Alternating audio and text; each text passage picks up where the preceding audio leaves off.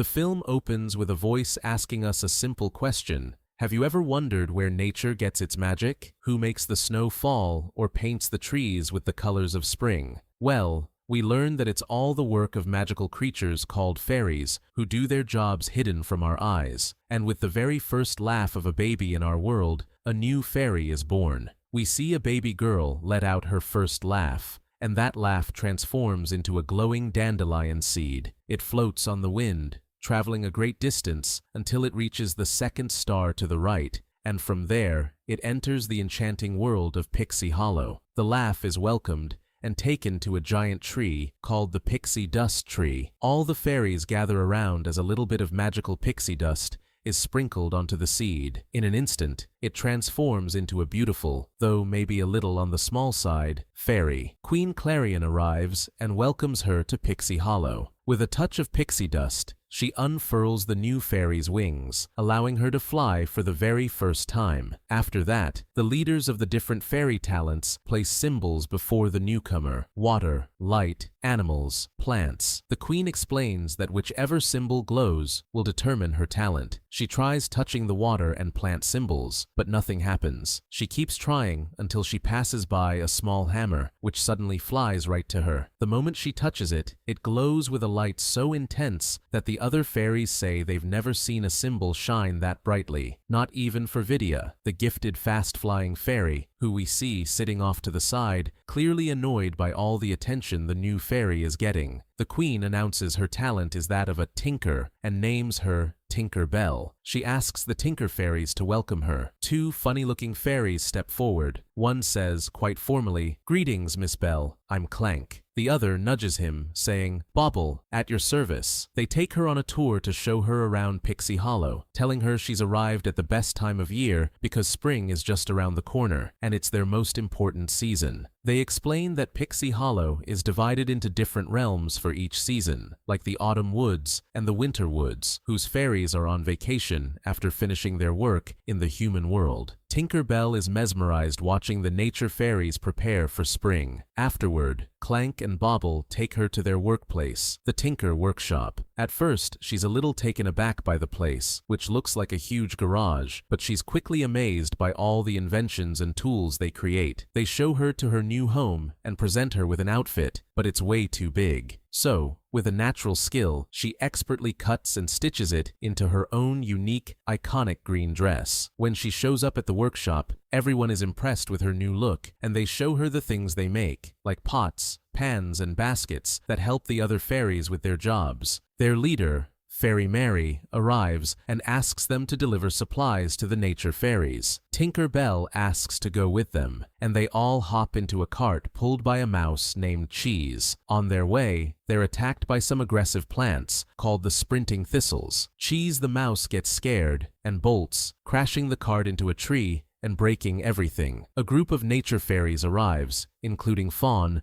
the animal fairy who calms Cheese down, Silver Mist, the water fairy, and Iridessa, the light fairy. Bobble and Clank give them the rainbow tubes they ordered. Tink is in awe as she watches Silver Mist spray a fine mist into the air and Iridessa fly through it, painting a perfect rainbow and capturing it inside a tube. Tink asks what they're going to do with it, and they tell her they're taking it to the mainland to bring about spring. They tell her all about the human world and how they fly through the night to get there. Tinker Bell gets incredibly excited, dreaming of the day she can go to that place. On the way back, she sees Vidya, the fast-flying fairy, using her talent with incredible skill, and goes to introduce herself. But Vidya just looks down on her with a snobbish attitude. She makes fun of the tinker talent, telling her that spring doesn't rely on stupid tinkers who make pots and pans, and that tinkers don't even go to the mainland. Tink fires back, telling Vidya that when she goes to the mainland, she'll prove just how important tinkers are. Vidya scoffs and accepts the challenge. Vidya's words really get to Tink, and she goes to sit alone on the beach. There, she finds some strange, shiny objects. As she gets closer, she realizes they're things from the human world, or as the fairies call them, lost things. She takes them back to the workshop, where Clank and Bobble tell her that lost things wash up in Pixie Hollow all the time. Fairy Mary comes by, takes the items from her and tells her not to focus on them and to get ready for the queen's inspection. Tink sees this as her chance to prove herself. She stays up all night inventing machines to help the fairies on the mainland. On the day of the queen's review, all the fairies are presenting their work, and the queen is very pleased. Suddenly, Tinker Bell interrupts, announcing she's invented things that will help them on the mainland. She tries out her first invention, but it malfunctions, and a nut goes flying and hits a squirrel. She tries another invention meant to water flowers, but it ends up drenching the Minister of Spring in paint. The queen stops her and gently explains that Tinker fairies don't go to the mainland. Their work is all here in Pixie Hollow. Tink is shocked and deeply embarrassed, and she walks away, heartbroken. She returns to the workshop and asks Fairy Mary why they can't go. Fairy Mary tells her, "The day you can make a flower bloom or catch a sunbeam, that's the day you can go." Those words give Tink an idea. She has to change her talent. She goes to her nature fairy friends and tells them she's not going to be a tinker anymore and that she needs their help. They're worried at first, but agree to try. Silvermist takes her to learn to be a water fairy. The first lesson is placing dewdrops on a spiderweb. Tink tries over and over, but she keeps failing. Frustrated, she flings a drop of water so hard at the web that it bounces back and soaks her friends. Next up is Iridessa, who tries to teach her how to catch sunbeams, but she fails at that too, and in her frustration, she lets the light go everywhere. It ends up sticking to her back, and she finds herself being chased by a swarm of fireflies. She then goes to Fawn to learn to be an animal fairy. Fawn asks her to teach a baby bird how to fly. Tink tries to speak to it gently, but it's scared and just retreats into its eggshell. While she's trying, she spots a large bird overhead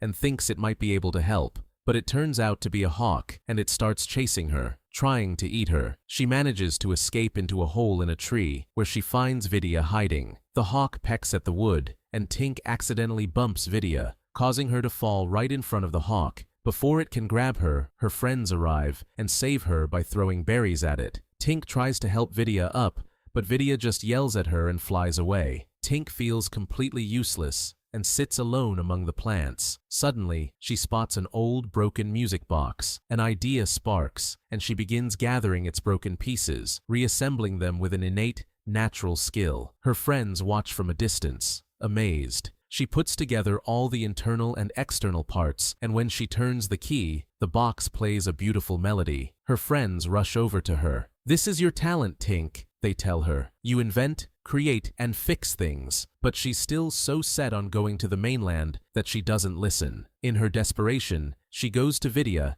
and begs her to teach her how to be a fast-flying fairy. Vidya sees an opportunity and plays a cruel trick on her. She tells Tink that if she wants to go to the mainland, she has to do something truly great, like capturing the sprinting thistles. Tink believes her and, with Cheese the Mouse, starts rounding them up. But Vidya secretly opens the gate she'd trapped them behind, and a massive herd of thistles stampedes through the valley, destroying all the spring preparations the fairies had spent months working on. The queen arrives to see the disaster and is in shock. Tinker Bell confesses that it was all her fault, apologizes, and walks away in shame. The queen calls an emergency meeting, where Fairy Mary tells them it's impossible to remake everything in time. Spring will not arrive on schedule. A crying Tinkerbell goes to the pixie dust tree. She runs into Terrence, the keeper of the pixie dust, who asks her what's wrong. She tells him she just came to get some dust because she plans to leave forever. When she thanks him and calls him by name, he's surprised she even knows who he is, saying he's just a simple dust keeper. Tink replies, "Without you, there wouldn't be any magic. Your talent is what makes you important, and you should be proud of it." Her own words make her stop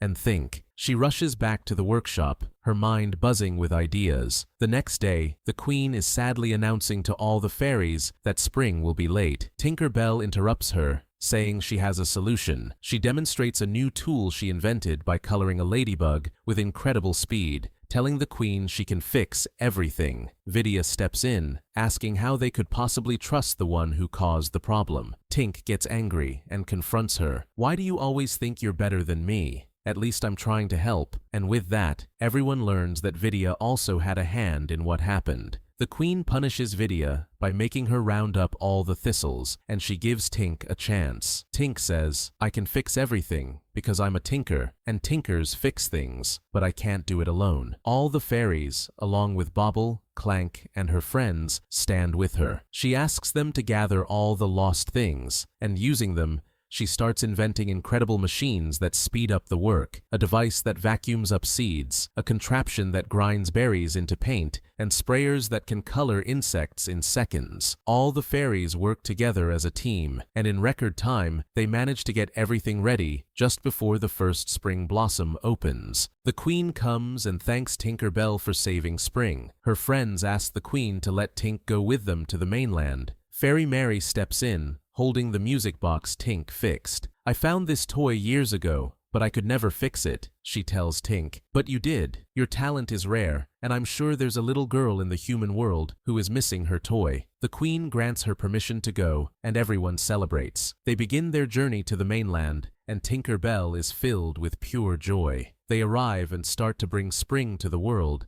melting the snow, waking the animals, and planting flowers everywhere. Then, it's time for Tink's mission. She sprinkles some pixie dust on the music box so she can carry it and flies between the houses until her wings start to glow in front of a specific window. She sees a little girl inside the room, so she knocks on the window and hides. The girl opens it and finds her lost toy. She's overjoyed, picking it up and winding it, and we learn that this little girl's name is Wendy, the very same Wendy who will one day meet Peter Pan. The film ends with a very happy Tinker Bell flying high above the city with her friends, having finally realized the true value and importance of her own special talent. Thanks for hanging out with me today. See you in the next recap.